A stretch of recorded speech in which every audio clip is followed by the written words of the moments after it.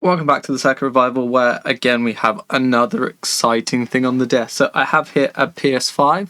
Now I've never played on a PS5 before, I've never owned one, but this one has come with a HDMI problem, and oh my, do I agree with that. So normally eBay listings are not very accurate, but this is the HDMI on this, and what I do not know what they've done to it. I don't know what this is.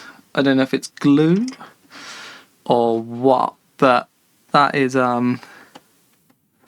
they've certainly done something to it. So I don't know if they've tried to glue it or what, but yeah, this definitely does have a HDMI problem.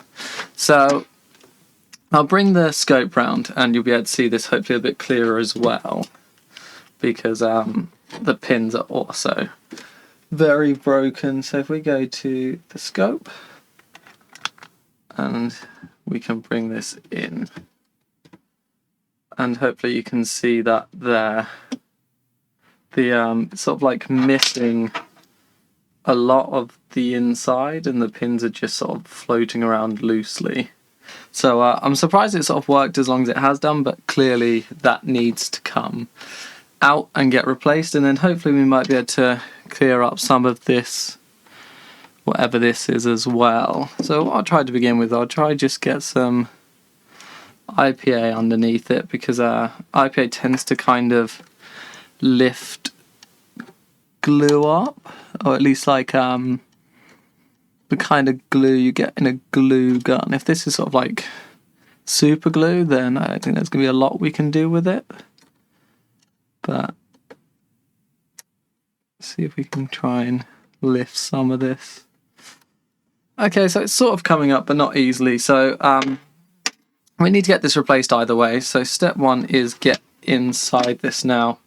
I'm going to have to follow a guide for this because I do not know how to open these up. I understand there's a lot of clips and stuff, and I think the top slide off. So there's that, and oh my, that is a lot of dust. So I think it's the other side that I wanted, but look at how much dust is there. Look at that. There's like a whole rabbit or something in there. So I'm gonna guess because of this has not been opened before, which probably works in my favour. So I think it's the other side that I want to open up. So just try and pull some of this out, and we'll flip this over and try and lift the other side off. So this is a disc edition console. There we go. I think this lifts the other way, maybe.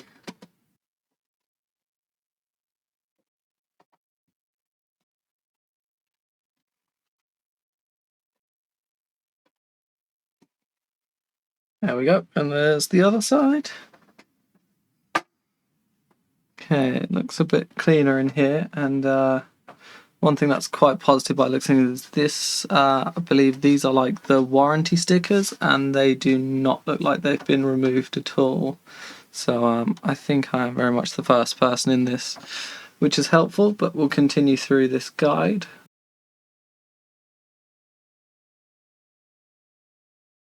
Okay, I don't think I've missed anything. I think I just need to keep lifting it. There we go. And there's some serious dry spots on that liquid metal.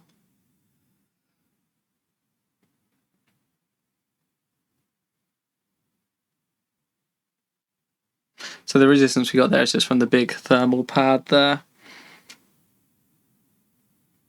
And there we go, in my first PS5. So I think the liquid metal looks like this. I'm guessing this console was stored upright. So as you can see on this, it looks like all the liquid metal is drooped down. So it's actually nowhere near the top anymore.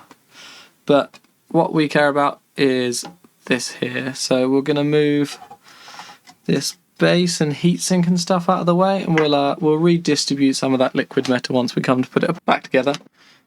And we're going to go for a similar approach to what we do with other ports, where we're going to go for the drop approach. So I'm going to mount this up on these two Omni vices, trying to make sure I don't clamp onto anything I don't want to. And then we're just going to heat it up and lift the port out.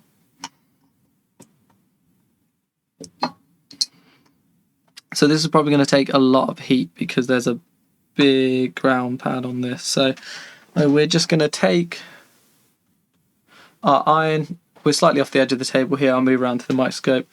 So we're going to take our hot air station. We'll start just by warming the area up from underneath. And then hopefully once it's hot enough, we're just going to lift it off.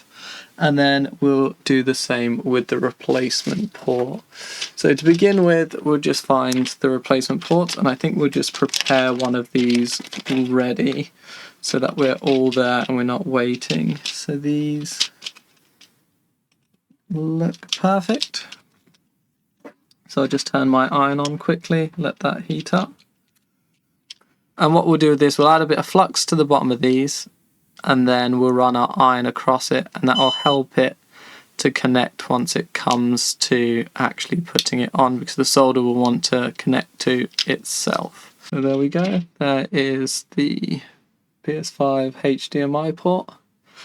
Just need to replace this one. So it looks like it needs replacing anyway, because you can see the clasp on this one here is it's still sort of together, but on the one on here it's sort of come apart where they've tried to wiggle it around a bit.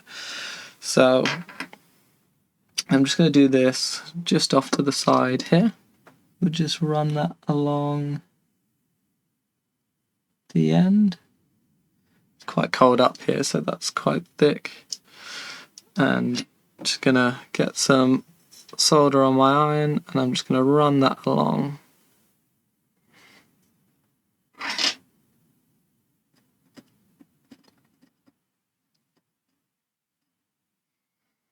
Cool, so that's got solder on it now. I made sure none of those are bridged, and that's all ready to go. So we'll start by just adding a little bit of flux to the board here. And what I might do to begin with is I think I might just add a bit of leaded to the solder that's on this to hopefully help it come out a bit easier, because I don't imagine this is going to come out very easily because it's a big board and there's a lot of ground planes on it. So you won't be able to see this slightly because it'll be just outside the camera, but all I'm going to do is get some leaded solder, and I'm going to add it to the ground points on the port itself. So by doing this, it should hopefully mix in the leaded with the unleaded, which should hopefully lower the melting point. So we'll flip this over and we'll bring the microscope round. Okay, here we are just under the microscope. I'm just going to get my hot air wand ready. So with this I'm going to take the cap off the top, and I'm just going to do it, as you can see here, with just the end off. And we're going to start just by circling around just to add some heat to the board. And then as the board gets hot, we'll hopefully start to see that solder melt. So that's why I've tried to add some leaded solder to it, because it should hopefully help that start to lift up a bit sooner. And then we should be able to come in with our replacement port here, and that should hopefully just drop in place.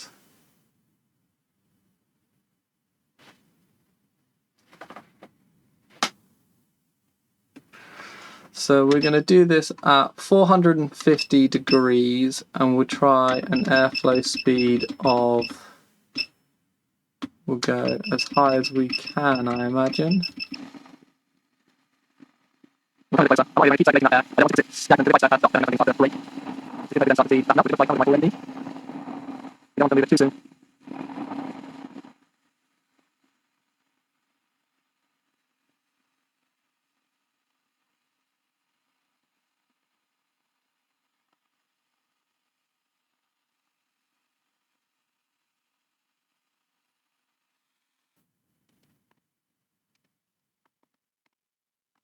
Flux that's on there currently, and we'll just add some fresh flux. That'll help this solder a bit more.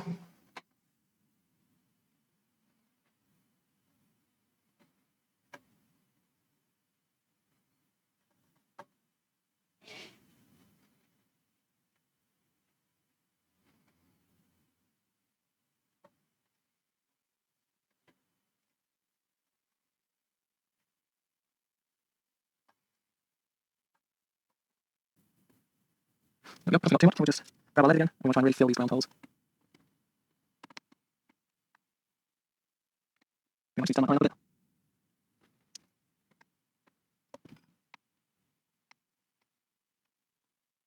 Just big brown pads on this, it's hard to get the solid flow, but I think we're good there.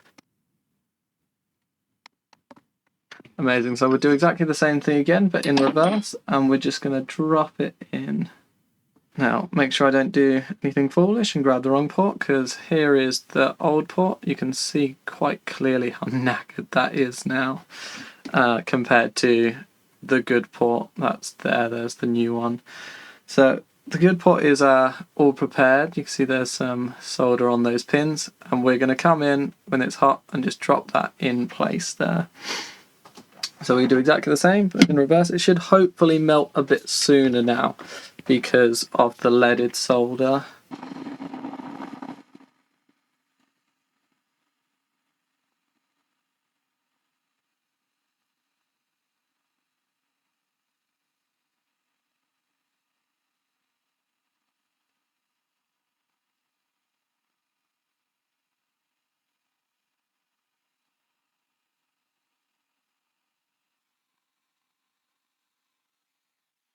So whilst it's still hot, I'm just going to come in and try and get rid of some of this flux.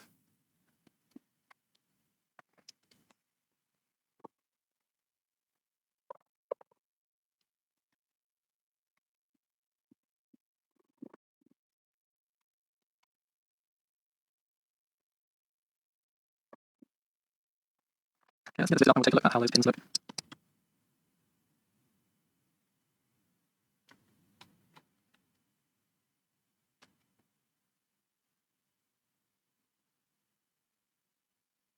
So that look pretty good to me.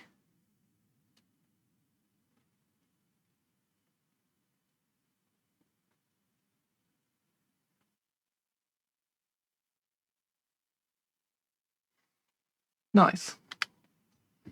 Okay, we can pull the microscope back out. We'll get stands out the way. And we'll just take a look at this liquid metal here.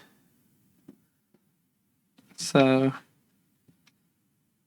you can see it's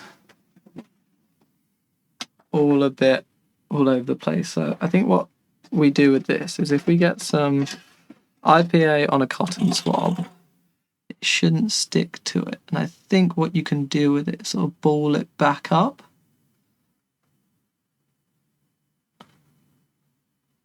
It allows you to move it around. The IPA stops it from connecting to itself. And if you apply just some gentle pressure, it will get rid of any of those oxidized spots. And then if you come in with a dry side, you can then start to spread it back around. Just get good coverage across that. There we go, that's good. And then we'll do the same with the other side. Amazing, so I think it's time to get this back together and give it a test. So I will probably fast forward through all of this. I'll catch you on the other side because putting it back together is going to be exactly the same as taking it apart. So when we see this next, it should be back together. Okay, it's all back together. Now it's time for the moment of truth. So we hit the power button. We have power, we have a blue light. It's going to turn to a white light.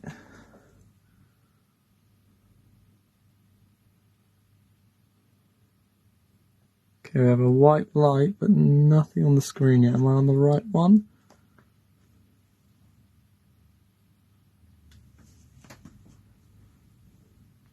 Ah, there we go. Yes. Get in. And there we have it. HDMI worked. Nice. Well, there's another fix. Okay, so you just saw it there, all working. So that's another fix down.